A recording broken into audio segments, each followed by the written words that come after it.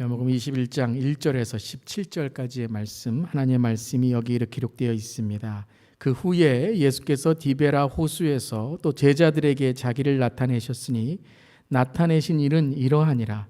시몬 베드로와 디두모라 하는 도마와 갈릴리 가나 사람 나다나엘과 세베대의 아들들과 또 다른 제자 둘이 함께 있더니 시몬 베드로가 나는 물고기 잡으러 가노라 하니 그들이 우리도 함께 가겠다 하고 나가서 배에 올랐으나 그날 밤에 아무것도 잡지 못하였더니 날이 새어갈 때에 예수께서 바닷가에 서셨으나 제자들이 예수이신 줄 알지 못하는지라.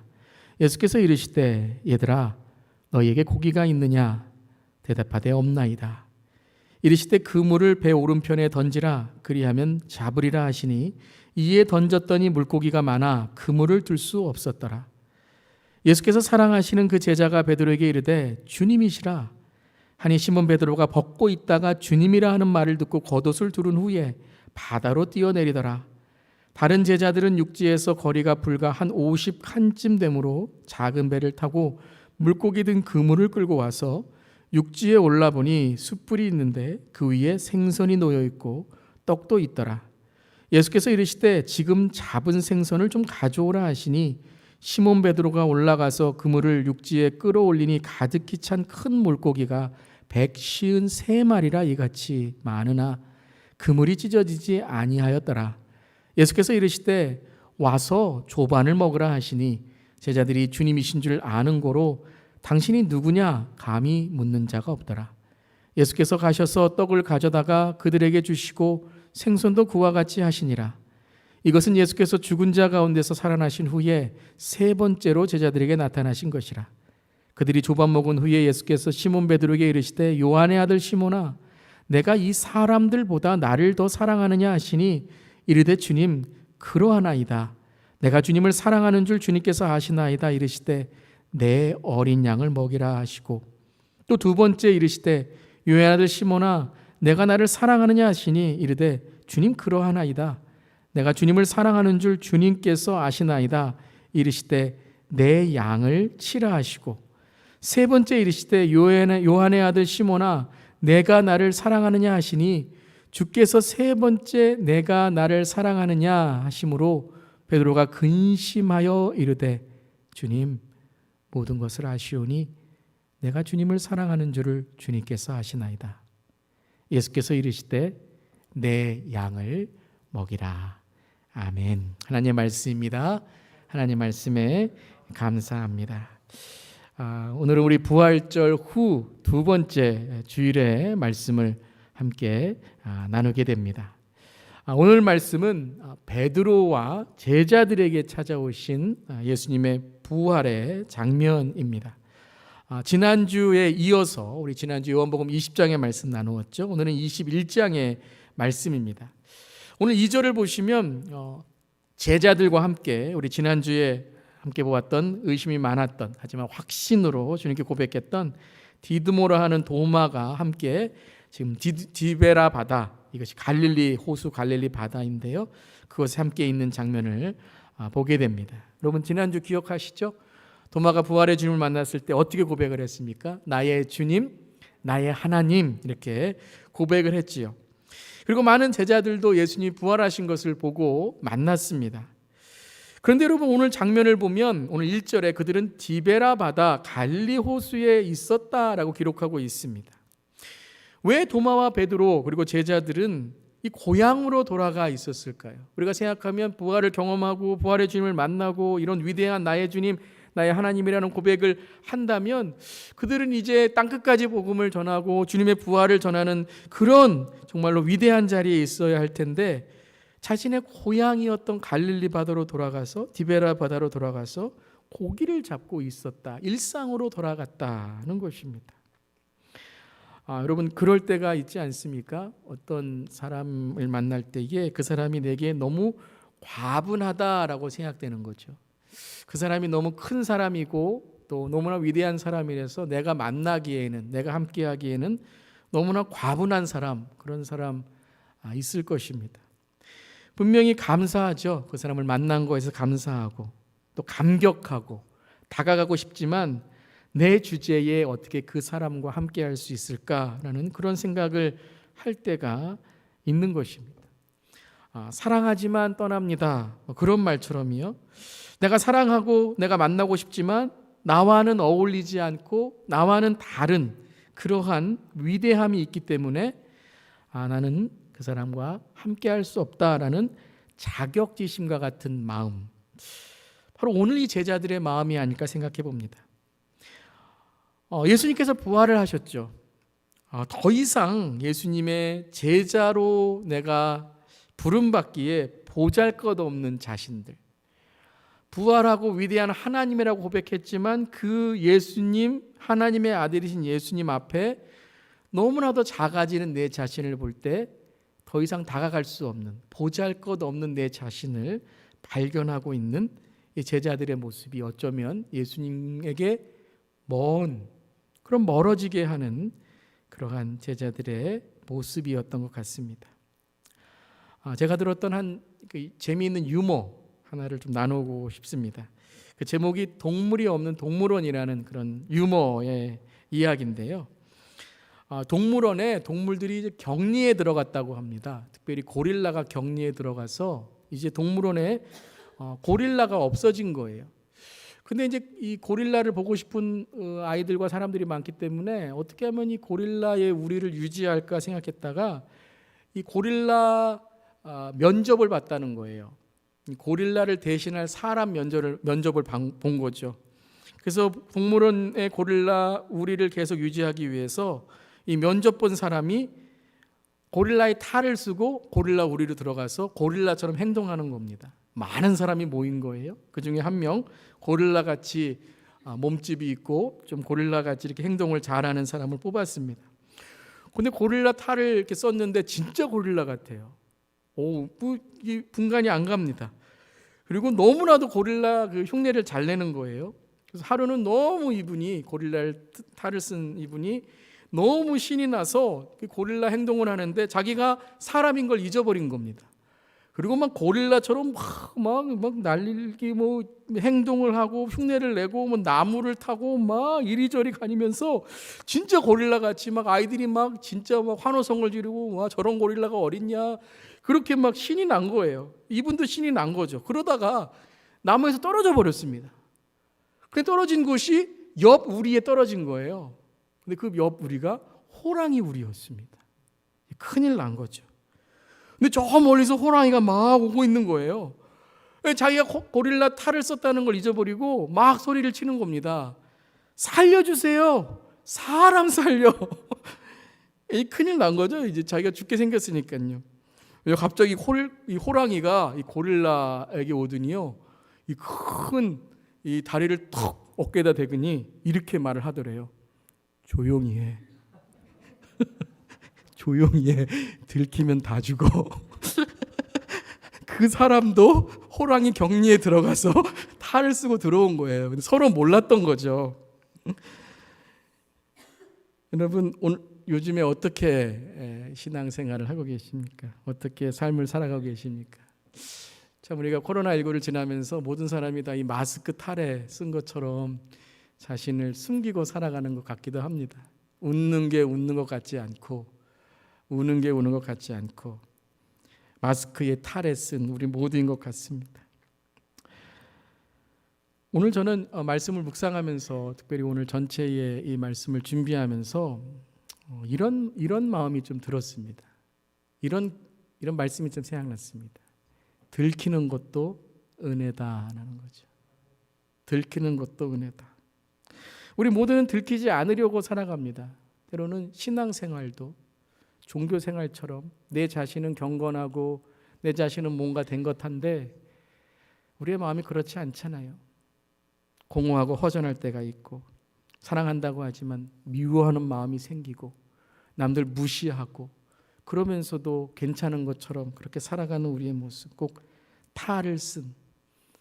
근데 다른 사람도 그러한 마음을 갖고 있다는 거죠. 근데 여러분, 서로 솔직해지고 서로 그 마음을 알면 위로할 수가 있는 것 같아요. 주님께도 그렇습니다. 여러분, 때로는 들키는 것도 은혜입니다. 즉 주님이 알아주시는 것, 주님이 우리의 마음을 찾아오시는 게 은혜라는 것입니다. 사랑하는 성도 여러분, 오늘 예배를 드리고 또 저는 말씀을 전하고 말씀을 듣는데요, 우리에게 감추어진 마음, 입의 마스크만이 아니라 마음의 마스크로 예배를 드리고 말씀을 듣는 우리의 모습이 있지 않습니까? 사랑하는 성도 여러분, 하나님께 들키는 것이 은혜이고 솔직하게 내 마음을 주님께 드리는 것이 바로 그 은혜의 시작인 줄 믿습니다. 오늘 모든 이 부활의 이야기의 공통점을 보면서 오늘 이야기도 그렇지만요, 이 부활의 이야기 가운데는 아주 큰 하나의 공통점이 있습니다. 그것은 주님이 찾아오셨다라는 것입니다. 제자들은 들키고 싶지 않았지만 주님은 그들이 들키고 싶지 않은 마음을 이미 알고 계셨다라는 것입니다. 사람은 사람의 마음을 모르지만 주님은 사람의 속마음까지 모두 알고 계십니다. 그렇기에 그 제자들의 마음을 아셨던 주님은 실망스러웠고 참 보잘것없는 그들의 마음이었지만 예수님은 끝까지 그들에게 찾아오셔서 그들의 마음을 알아주시고 그들의 마음을 회복해 주셨던 것입니다. 잘못된 것이 계속되는 게 더 위험한 것입니다. 내가 잘못했다는 걸 알고 잘못된다는 걸 알면서도 계속 그것을 이어간다면 그보다 더 어렵고 위험한 건 없습니다. 오늘도 그렇습니다. 사랑하는 성도 여러분, 주님께 나아올 때에 우리의 삶의 회복과 새로운 시작이 오늘 우리에게 허락되는 줄 믿습니다. 아멘. 이 부활이 그렇습니다. 부활은 이해하고 해석하고 분석하고 믿을 수 있을까 믿지 못할까 시간을 들여 알아보는 것이 아니었습니다. 부활을 많은 신학자들은 사건이다라고 말합니다. 부활의 사건. 이 사건이라는 것은 준비되지 않을 때 찾아오는 거죠. 어둠 가운데 빛이 찾아오는 사건, 죽음 가운데 소망이 찾아오는 사건, 때로는 우리에게 부정적인 사건도 있지만 삶을 바꾸는 은혜의 사건, 하나님께 주시는 성령의 사건이 있는 것입니다. 부활의 사건이 바로 우리의 삶을 바꾸는 사건이었고 제자들을 바꾸는 사건이었습니다. 잃었던 생명을 찾았고 어둠 속에 광명을 보았던 바로 이 찬양처럼 나 같은 죄인 살리신 그 은혜 놀라와 잃었던 생명 찾았고 광명을 얻었네. 아멘. 여러분, 이 시간에 이 부활의 사건이 혹이라도 여러분이 준비되지 않은 마음으로 예배에 나오셨든지 또 준비를 잘하고 주님께 기대하는 마음으로 나오셨든지 어느 삶 속에서도 우리의 삶을 바꾸실 수 있는 그 부활의 사건, 부활의 능력이 저 여러분과 함께 하시기를 주님의 이름으로 축원합니다. 오늘 본문의 이야기를 1절부터 쭉 읽노라면 제자들에게 찾아오신 주님, 또 제자들에게 하신 모든 1절부터의 일들이 예수님과 제자들의 추억과 기억이었다는 것을 우리가 알게 됩니다. 말씀을 쭉 읽어보신 분들, 복음서를 읽어보신 분들은 이 세 가지의 사건, 모든 제자들과의 사건이 이 제자들과 예수님과의 이미 일어났던 사건에 다시 한번 경험하는 장면이다라는 걸 아실 겁니다. 빈 그물이 그랬죠. 처음 예수님 만났을 때에 빈 그물, 빈 배에 바로 만석 가득 찬 고기, 그것이 첫 번째 부르심이었죠. 물고기와 떡, 예수님께서 준비하신 이 물고기와 떡은 오병이어의 예수님이 제자들과 5천 명이 되는 사람, 그 더 많은 사람들에게 먹이셨던 은혜였고, 또 마지막 성만찬을 하실 때에 그 떡을 나누신 그 예수님의 그 마지막의 만찬을 그들은 기억할 것입니다. 또한 베드로에게 3번의 질문, 너를 나를 사랑하느냐라는 것은 우리가 잘 알듯 베드로는 예수님을 3번 부인했죠. 나는 그를 모릅니다. 그를 저주하고 그를 배신했던 베드로의 3번의 부인을 3번 예수님께서 사랑을 질문하시며 회복해 하신 것입니다. 즉 제자들의 빈 마음, 제자들의 허전한 마음 속에 예수님이 이제 다시 찾아오셔서 그들을 회복하시고 안아주시는 장면이 오늘 21장의 장면이라는 것입니다. 주님이 제자들을 만나셨을 때 이렇게 제자들에게 물어보셨죠. 얘들아, 너희에게 고기가 있느냐라고 물어보십니다. 이것은 어떤 질문일까요? 그들이 고기를 잡았냐 안 잡았느냐 이 질문이 아니라 바로 예수님께서 그들에게 How are you?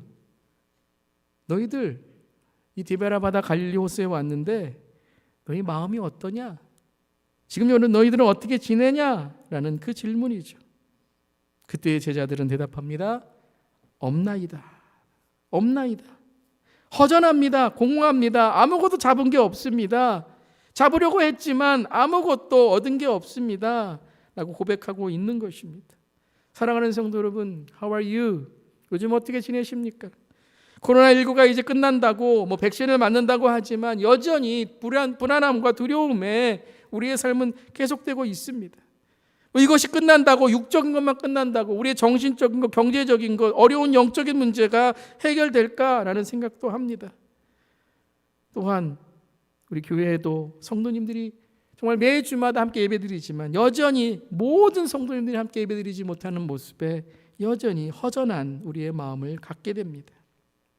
근데 주님은 이 제자들에게 오셔서 너희들 왜 나를 배신했어? 라고 말씀하지 않습니다. 너희들 왜 나를 봤는데 왜 여기에 있느냐라고 말씀하지 않습니다. 도마야, 너 한 절, 그 앞절만 가면 나의 하나님, 나의 주님 그래놓고 여기 왜 있냐라고 말씀하지 않습니다. 주님은 뭐라고 물어보십니까? 얘들아, 영어로 말하면 friends라고 말합니다. 친구들아. 여러분, 친구가 누구죠? 친구는 외로울 때 먼저 가주는 사람이 친구예요. 힘들 때 먼저 가주는 사람이 친구예요. 평소에는 친구라고 하는데 어려울 때, 배고플 때, 정말 허전할 때 없는 건 친구가 아니에요. 찾아가지고 밤늦게라도 괜찮니? 라고 물어보는 게 바로 친구라는 것이에요. 그리고 예수님은 무엇이라고 말씀하시는 거예요? 없어도 괜찮다라는 거죠. 괜찮지 않아도 괜찮아. 왜요? 이제 내가 너희들에게 하나님의 놀라운 이 부활의 소식을 전하겠다라고 말씀하시는 겁니다. 예수님 뭐라고 대답하세요? 와서 조반을 먹어라. 함께 한번 따라해 주시기 바랍니다. 와서 조반을 먹어라. 네, 아침 식사 안 하고 오신 분들, 네. 와서 조반을 먹어라. 사랑하는 성도 여러분, 여기 조반이 뭐예요? 여기 아침 식사가 뭐예요? 이것은 단지 육적인 그런 식사만이 아니라 바로 주님과의 새로운 만남이죠. 주님과의 영적인 호흡이죠. 주님과의 영적인 관계이죠. 사랑하는 성도 여러분, 오늘 이 영적인 관계, 주님과의 이 사랑이 열리시기를 주님의 이름으로 축원합니다. 주님이 초대하시는 거예요. 와서 오라라는 건 뭐예요? 누가 기다리고 있다라는 거예요. 제자들에게 예수님이 오라, come as you are. 너의 있는 모습 그대로 와라.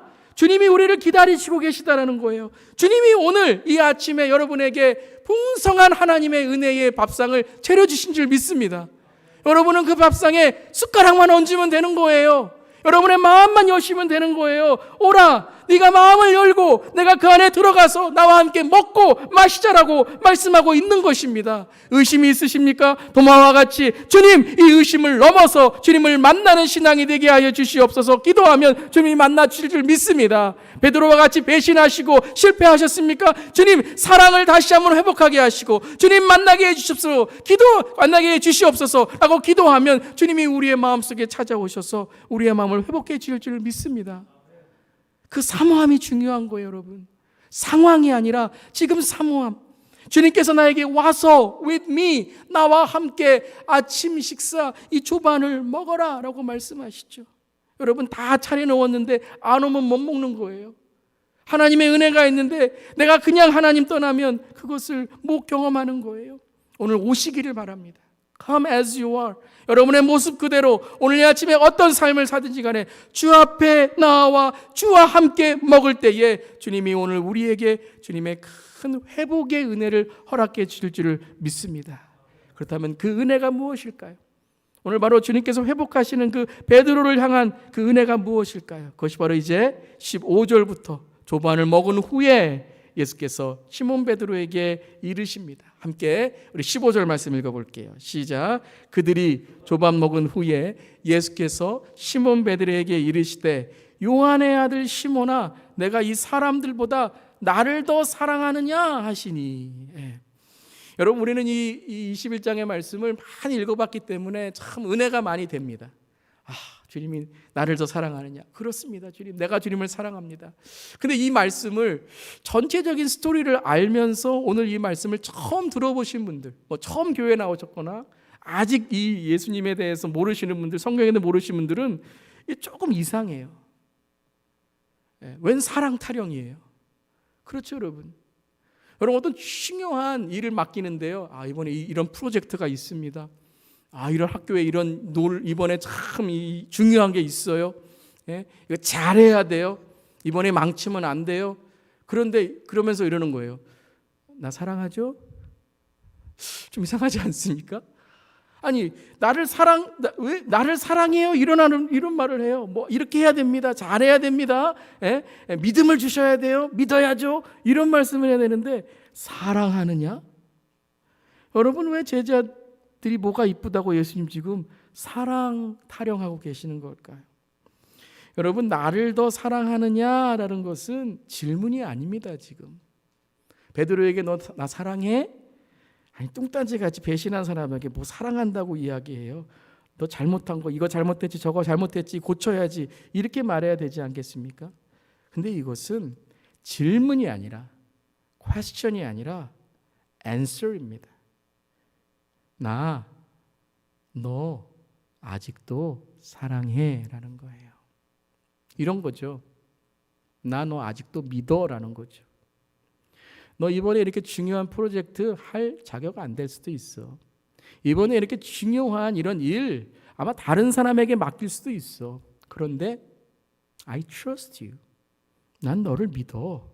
그러니까 이 일을 하는 그러한 너를 내가 사랑해, 서포트해, 후원해 줄게 라는 말씀이라는 거예요. 세 번의 질문을 하신 것은 베드로의 대답이 중요해서 그래 너 진짜 나를 사랑해 라는 것뿐만 아니라 그것을 넘어 베드로가 얼만큼 예수님의 사랑을 알고 있는가. 예수님의 사랑은 단지 세상의 사랑처럼 조건적이고 자격이 있어야 사랑하는 것이 아니라 그 십자가의 사랑은 모든 이 땅에 있는 자격과 조건과 인간의 사랑을 뛰어넘는 신뢰와 사랑의 바로 하나님의 은혜다라는 것을 알려주기 위한 것입니다.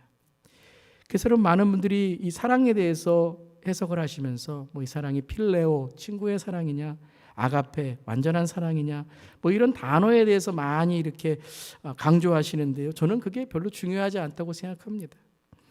여러분, 우리에게 때로는 필레오의 사랑도 필요하죠. 친구의 사랑도 필요합니다. 때로는 아가페의 사랑, 완전한 사랑을 노력하려는 사랑도 중요합니다. 때로는 정말 사랑의 감정적인 사랑도 필요합니다. 그 모든 것들이 다 무엇입니까? 우리의 사랑에 필요한 사랑이라는 거죠. 근데 오늘 말씀에서 가장 중요한 핵심은 무엇이냐면 그런 인간의 불안정한 사랑 속에서 주님은 때로는 필레오처럼 친구처럼 사랑하시고 아가페의 변함없는 사랑으로 사랑하시고 또한 우리의 마음을 변화시키고 감동시키는 정말 감정의 하나님의 그 은혜를 경험하는 사랑으로도 사랑해 주신다라는 겁니다. 여러분, 어떤 사랑이든지 여러분 그 사랑 속에서 하나님이 날 사랑하신다는 경험을 느끼시기를 주님의 이름으로 축원합니다. 어린아이와 같은 사랑 속에서 사랑을 느끼는 거예요. 배신감, 세상에서 가장 여러분 밑바닥에서 정말 사람에게 모든 것을 다 버림받았을지라도 그 가운데서도 내가 믿을 수 있는 분은 하나님이시다라는 그 하나의 정말로 나에게 있는 지푸라기 같은 사랑으로도 하나님의 사랑을 깨달을 수 있는 우리 모두 되기를 바랍니다. 하나님은 모든 인간의 사랑을 뛰어넘는 바로 능하신 분이시기 때문입니다. 예수님은 베드로에게 이렇게 말씀하십니다. 나는 너를 사랑한다. 그런데 너는 이 사람들보다 나를 더 사랑하느냐? 여러분, 이 질문이 무슨 질문일까요? 나만 사랑해줘? 너 이 사람들보다 나를 더 사랑하면 너 안 돼? 나만 사랑해? 이런 어떤 집착적인 사랑의 말씀일까요? 여러분, 이 말씀은 무엇이냐면요. 너 나보다 더 사랑해 받지? 너 나보다 돈 더 사랑해 받지? 너 나보다 그 사람 더 사랑해봤지? 너 나보다 더 네 자신을 사랑해봤지? 결과가 뭐였니? 라는 거예요. 이 사람들보다 나를 더 사랑한 결과가 뭐였니? 돈을 더 사랑했는데요? 마지막에 오는 건 허전한 거예요. 아무리 돈을 많이 가져도 허전한 거예요. 그런데 그 돈은 영원하지 않기 때문에 밑빠진 독처럼 흘러나가고 마지막에는 가난한 그런 마음이 되어버리는 거예요. 사람 사랑해봤어요. 정말 죽어 사랑해봤어요. 그런데 실망하고 때로는 배신감을 얻고 그러한 내 마음속에 하나님보다 예수님보다 더 사랑해봤는데 우리 모두 여러분 예수님보다 사랑했던 거 있잖아요. 그런데 그것 때문에 우리의 인생이 더 행복했습니까? 그것 때문에 우리의 인생이 더 가치 있어졌습니까? 아니죠. 예수님보다 더 사랑하면 우리의 인생은 더 공허해지고 그 불완전한 사랑 때문에 우리는 실망하고 때로는 실패하게 되는 것입니다. 그리고 예수님 오늘 베드로에게 그 말씀을 하시는 거예요. 너 나보다 네 자신을 더 사랑했지? 네 의지, 네 결단, 네 학식, 네 힘 더 사랑했지? 그런데 지금 네 모습이 어떠니? 그래. 그게 바로 인간이라는 거다. 그것이 바로 사람이라는 거다. 인간의 어떤 사랑도 세상의 어떤 사랑도 예수님보다 더 사랑하는 것이 있으면 예수님보다 더 사랑하는 사람이 있으면 결국은 실패이고 실망이고 실수가 있을 수밖에 없다. 주님의 사랑만이 온전하고 완전한 것이다. 사랑하는 성도 여러분, 주님의 사랑만이 온전하고 완전한 것입니다. 혹이라도 우리가 예수님보다 지금 더 사랑하는 것이 있다면 회개할 수 있기를 바랍니다. 다 빼앗기고 다 버림받고 다 우리의 삶 속에 정말 눈물 콧물 다 빼내는 그런 인생으로 여러분 주님 만나는 그것도 우리에게 큰 은혜가 되겠지만 여러분 그러기 전에 깨달았다면 깨우쳤다면 깨어졌다면 주님의 깨끗한 그 우리를 완전하게 하시는 사랑에 돌아서는 회개하는 우리 모두 되기를 바랍니다. 그러시면서 한 번을 물어보시는 것이 아니라 세 번을 물어보시는 거죠. 세 번째 이렇게 물어보십니다. 21장 17절 시작. 세 번째 이르시되 요한의 아들 시몬아 내가 나를 사랑하느냐 하시니 주께서 세 번째 내가 나를 사랑하느냐 하심으로 베드로가 근심하여 이르되 주님 모든 것을 아시오니 내가 주님을 사랑하는 줄을 주님께서 아시나이다. 예수님은 똑같은 질문을 하셨어요. 근데 베드로는 첫 번째 질문은 참 자신감 있게 했는데요. 두 번째 질문은 조금 자신감이 없다가 세 번째 대답에는 베드로가 근심하여라는 이제는 자신 있게 대답하는 것이 아니라 고민했다는 거죠. 아, 내가 정말 주님 사랑할 수 있을까? 내가 정말 주님 사랑 드릴 수 있을까? 그러면서 베드로가 이 마지막 세 번째 대답을 통해서 진정한 예수님의 사랑이 무엇인지를 깨닫게 되는 거죠. 그것은 바로 내 대답을 멈추는 것이 주님의 사랑을 받는 것이다라는 거예요. 내가 사랑합니다 라고 말하는 게 올바른 대답이 아니라 주님 저는 사랑할 수 없습니다. 주님 저는 주님을 사랑해 보았지만 주님을 지키려고 했지만 마지막에 내 인생은 주님을 배신하고 부인했던 겁니다. 주님 제 의지, 제 사랑, 제 결단으로는 주님 저는 저마저도 지키지 못합니다. 주님은 세 번에 걸쳐서 베드로에게 이 깨달음을 주신 거예요. 자신의 대답을 접고 자신의 사랑을 접고 자신의 자랑을 덮고 자신의 자신감을 덮고 주님 많이 아십니다. 무엇이에요? 내 사랑을 주님께 맡깁니다라는 거예요. 주님의 사랑을 이제 받아들입니다라는 거예요. 베드로 맨날 어땠습니까? 내가 주님 지켜야지. 이 교회 내가 지켜야지. 저 사람 내가 지켜야지. 내 아내, 내 남편, 내 자식 내가 지켜야지. 그러다가 뭐 되는 거예요? 집착되고 내가 만족하려고 하고 상처 주고 하는 건 아닙니까? 베드로가 왜 배신했습니까? 자기 자신을 지키려고 한 거예요. 자기의 사랑을 지키려고 한 거예요. 그런데 베드로가 근심하고 고민하여 주님 천부여 의지 없어서 손들고 옵니다. 주님 저는 사랑할 수 없습니다. 저는 절대 용서할 수 없습니다. 주님께서 나를 주관하여 주시옵소서라고 고백할 때에 이때 주님은 베드로의 마음속에 들어와 저와 여러분의 마음속에 들어오셔 우리를 변화시키고 우리를 새롭게 하시는 줄 믿습니다. 요한 1서 4장 10절에 이 요한복음을 쓴 사도 요한은 이렇게 오늘 장면을 기억하면서 예수님의 사랑을 기억하면서 이렇게 요한 1서 4장 10절에 우리에게 그 말씀을 전합니다. 함께 읽겠습니다. 시작. 사랑은 여기 있으니 우리가 하나님을 사랑한 것이 아니요 하나님이 우리를 사랑하사 우리 죄를 속하기 위하여 화목제물로 그 아들을 보내셨습니다. 여러분 사랑이 뭐예요? 사랑이 뭐라고요? 사랑이 여기 있다 그러잖아요. This is love.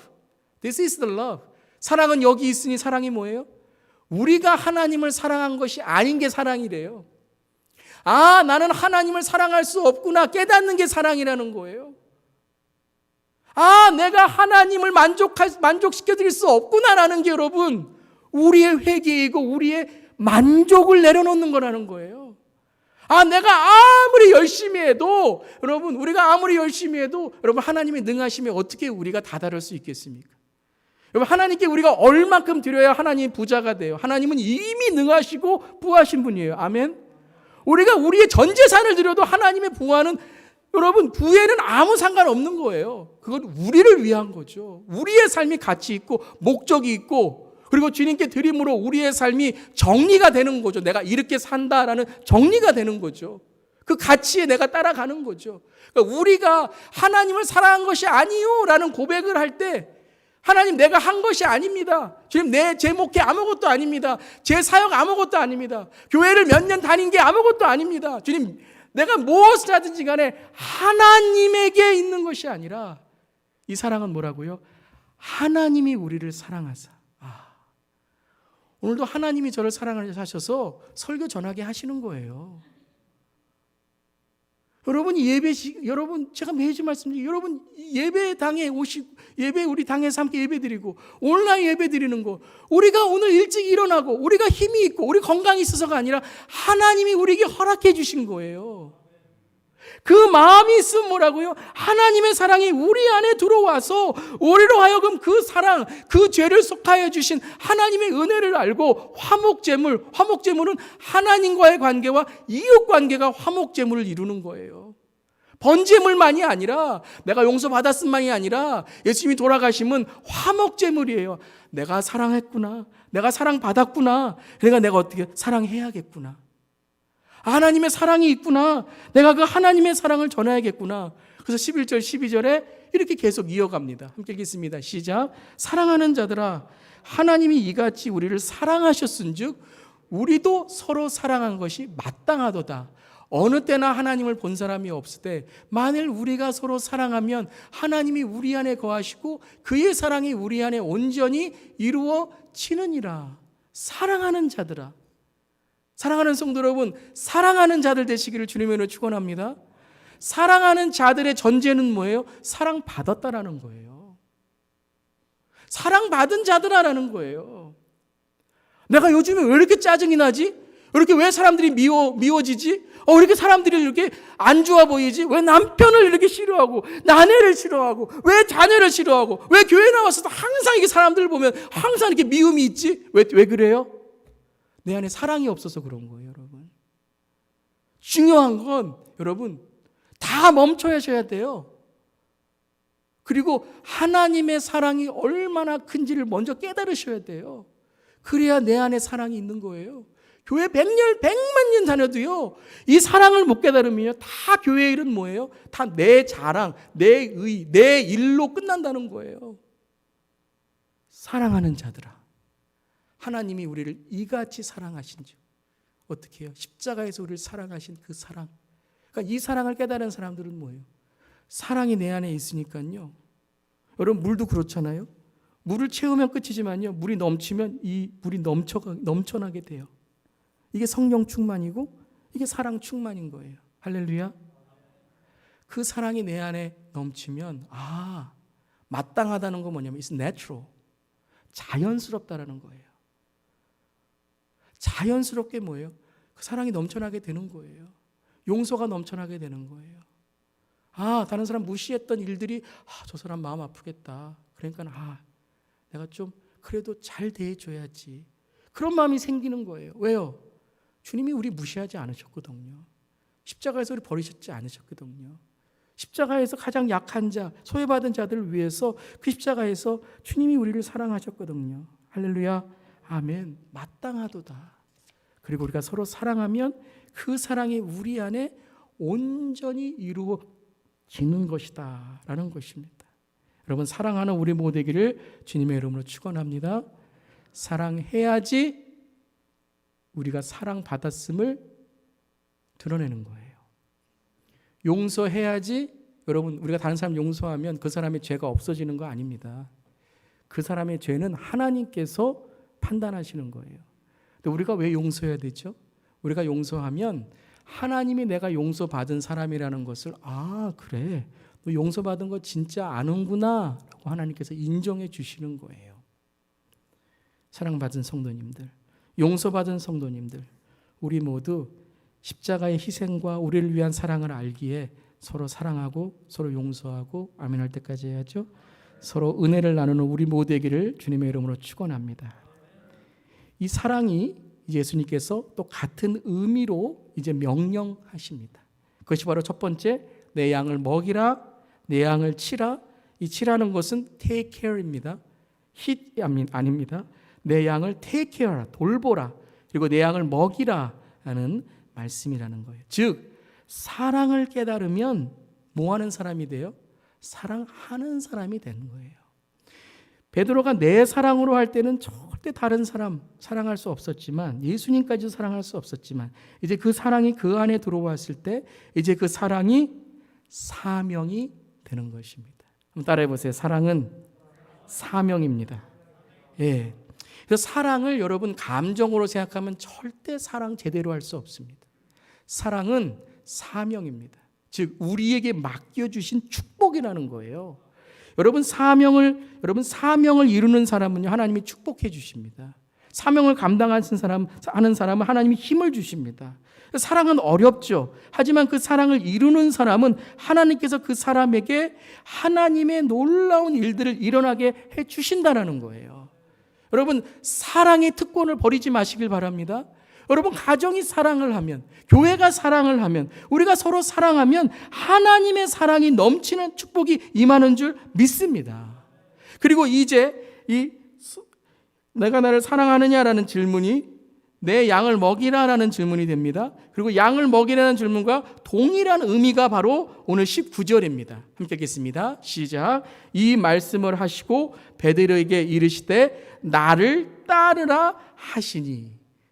나를 사랑하느냐라는 질문은 이제 내 사랑이 네 안에 들어와야지 변화된다. 그래야 네가 이 사랑으로 살아갈 수 있다라는 의미라면, 이제 이 사랑을 받아들인 우리는 우리의 삶 속에 그 사랑이 사명이 돼서 다른 사람을 사랑하고 전도하고 섬기는 삶이 되고 용서하는 삶이 되는데, 용서하고 사랑하는 삶이 지속되려면 왜 지속이 안 될까요? 우리의 삶 속에 아멘 은혜 받고 사랑한다고 결단하고 오늘도 아멘 네, 용서해야지. 근데 요 교회 문만 나가면 또 주차장에서 마음에 안 드는 사람이 보여요. 왜 그럴까요? 세 번째입니다. 왜 유지되지 않는가? 예수님을 따르지 않기 때문에 그런 거예요. 그냥 예수님 사랑합니다. 아, 이게 사명입니다라면 했지, 그 다음에는 이것을 이어가는 삶, 예수님을 따라가는 삶이 없다라는 거예요. 내 사랑, 내 의지, 내 결단으로 여러분 살아가면 오늘 내가 주님 사랑하겠습니다 해도 변해요. 교회 안에서는 사랑한다라고 하고 가정과 내 삶터에 가면 이 사랑이 다르게 돼요. 여러분 베드로가 왜 자꾸 변했습니까? 자기의 사랑, 자기의 의지, 자기의 결단, 자기의 자랑을 가지고 있으니까 순간순간마다 변해요. 왜요? 인간은 변합니다. 감정은 어쩔 수 없어요. 내 감정과 내 자아를 십자가에 못 박고 주님께 붙들림 받는 것은 뭐냐면 십자가를 따르는 삶입니다. 여러분 예수 믿는 것, 구원 받는 거는요, 예수님 믿습니다라는 고백만으로 끝나는 게 아니에요. 우리가 주님을 따르는 삶을 사셔야 됩니다. 아멘. 그게 구원입니다. 주님을 따르는 삶이 십자가를 지는 삶이고 주님을 따르는 삶입니다. 그래서 여러분 베드로가 내 사랑, 내 의지, 내 결단일 때는 주님과 항상 달랐어요. 자기의 계획도 달랐어요. 그런데 오늘 이 사건 이후에는 주님을 따름으로, 진짜 따르는 게 무엇인지를 알게 되므로 놀라운 일이 베드로를 통해서 이루어집니다.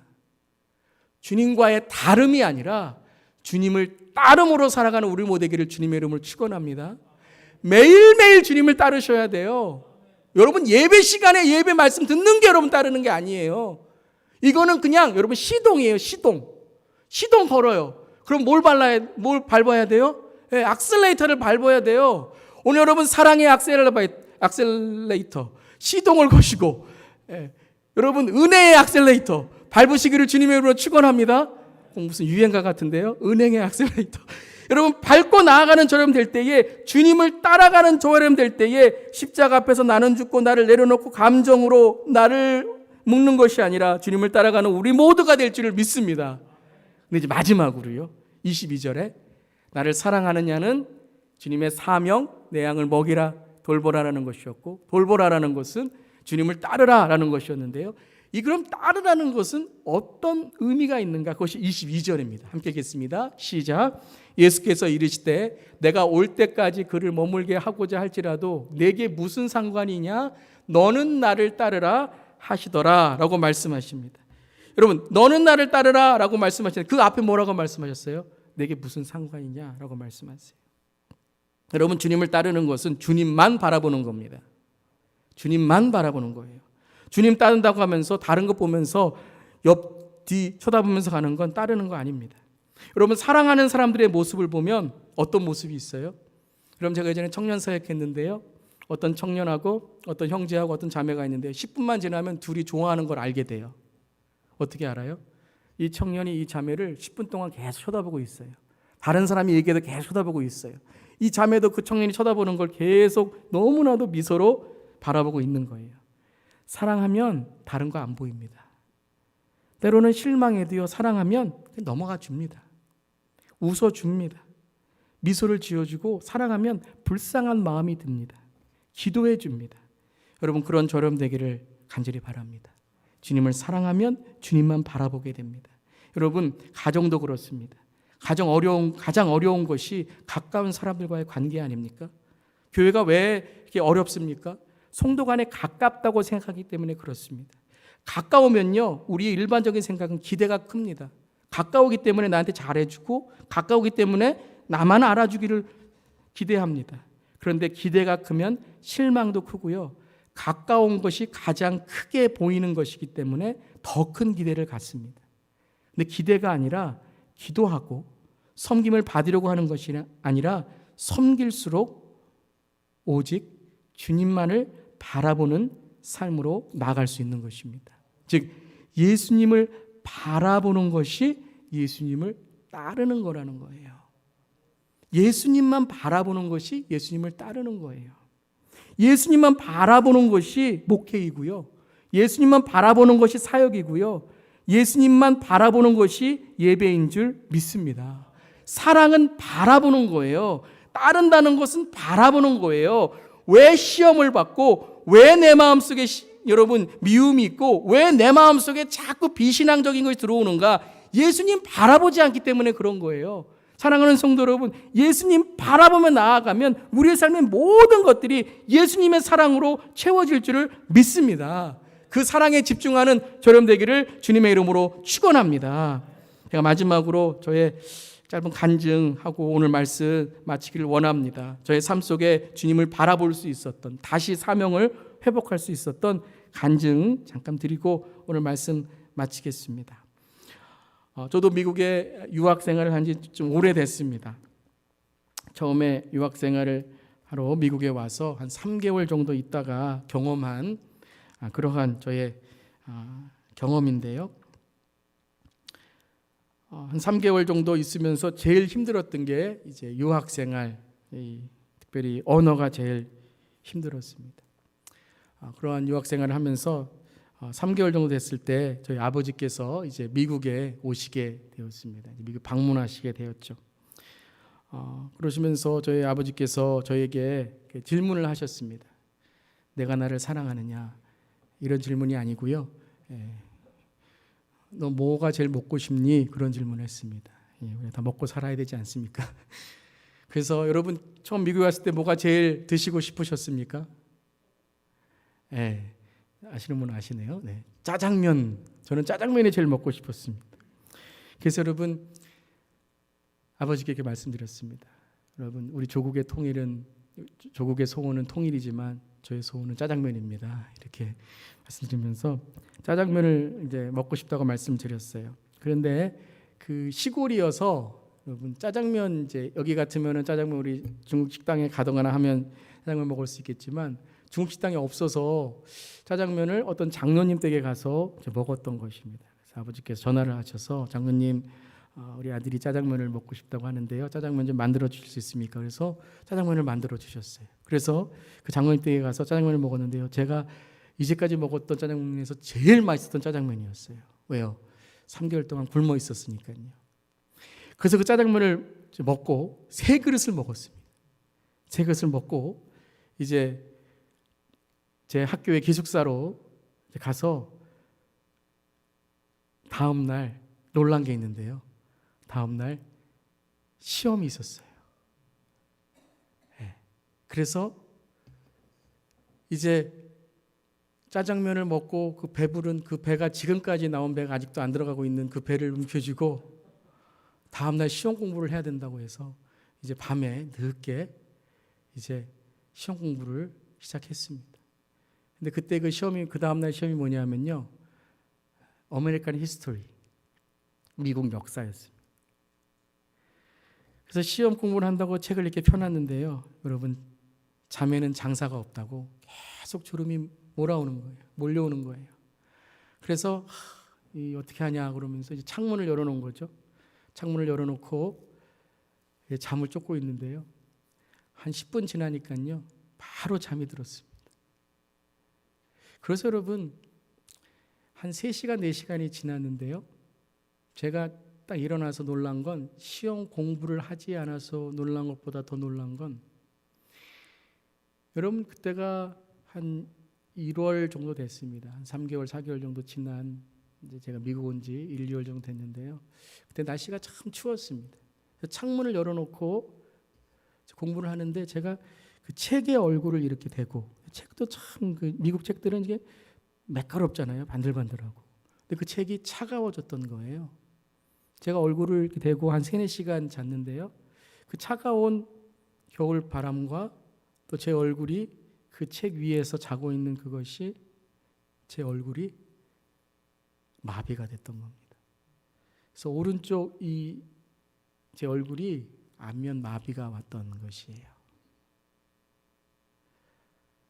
시험 공부를 안 했다라는 것보다 저의 마음을 더욱 낙심시켰던 것은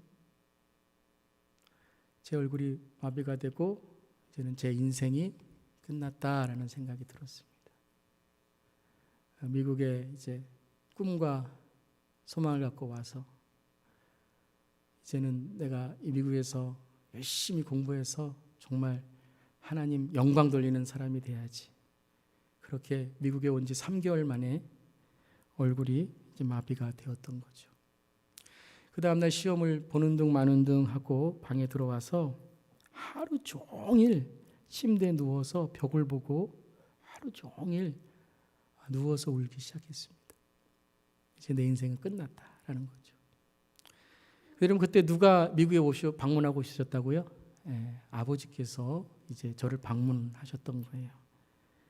그 전날 맛있게 짜장면을 먹고 갔던 아이가 그 다음날 얼굴이 마비되어 있는 것을 보시면서 너무 마음이 아프셨던 거예요. 전 아버지 얼굴을 볼 수 없었죠.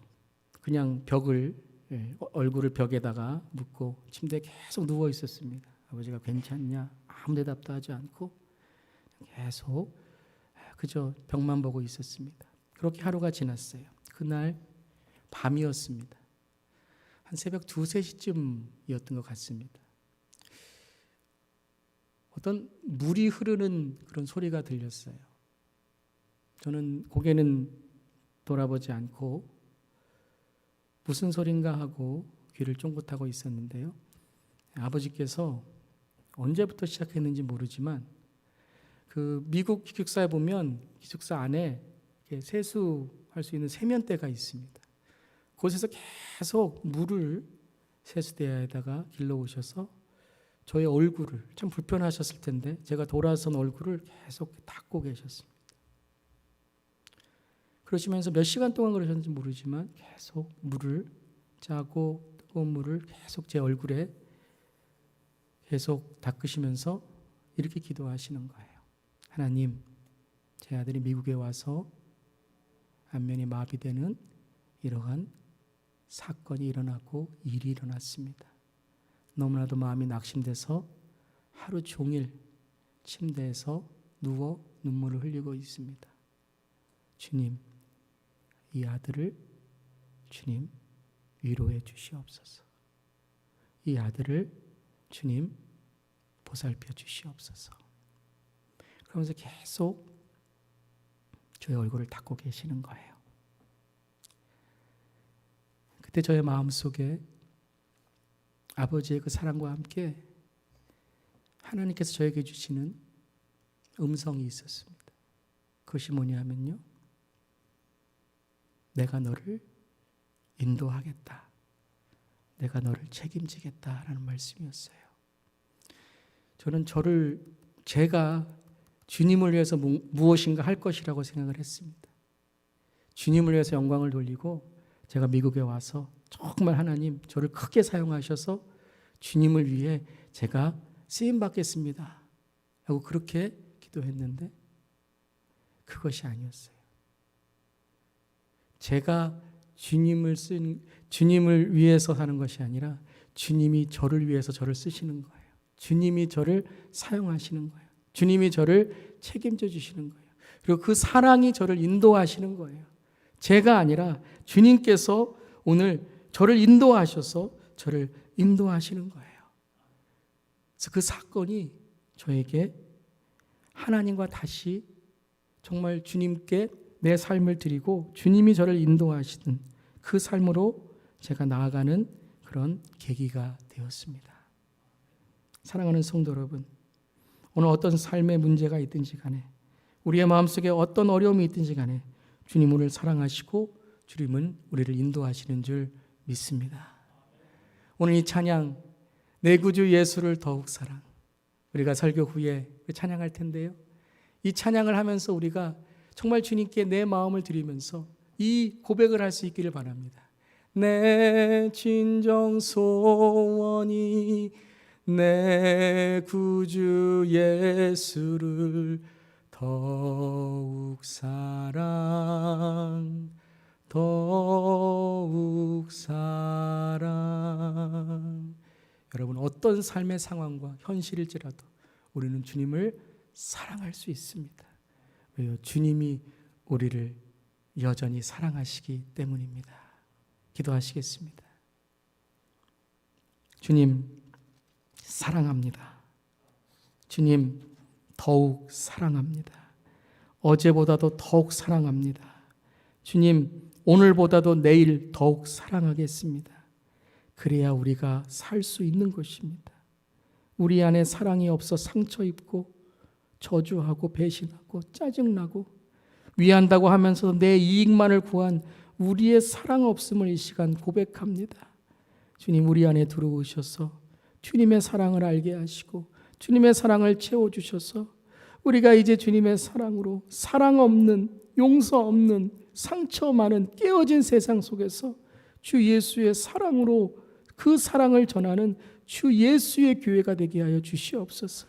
특별히 우리 성도님들 이 시간 주의 사랑으로 위로해 주셔서 세상에 사람의 일에 현실에 상처 입은 것들이 있다면 주의 사랑으로 위로해 주시고 주의 사랑으로 회복해 주셔서 이제 그 사랑으로 일어나 세상을 주의 사랑으로 변화시킬 수 있는 주의 사람들이 되게 하여 주시옵소서.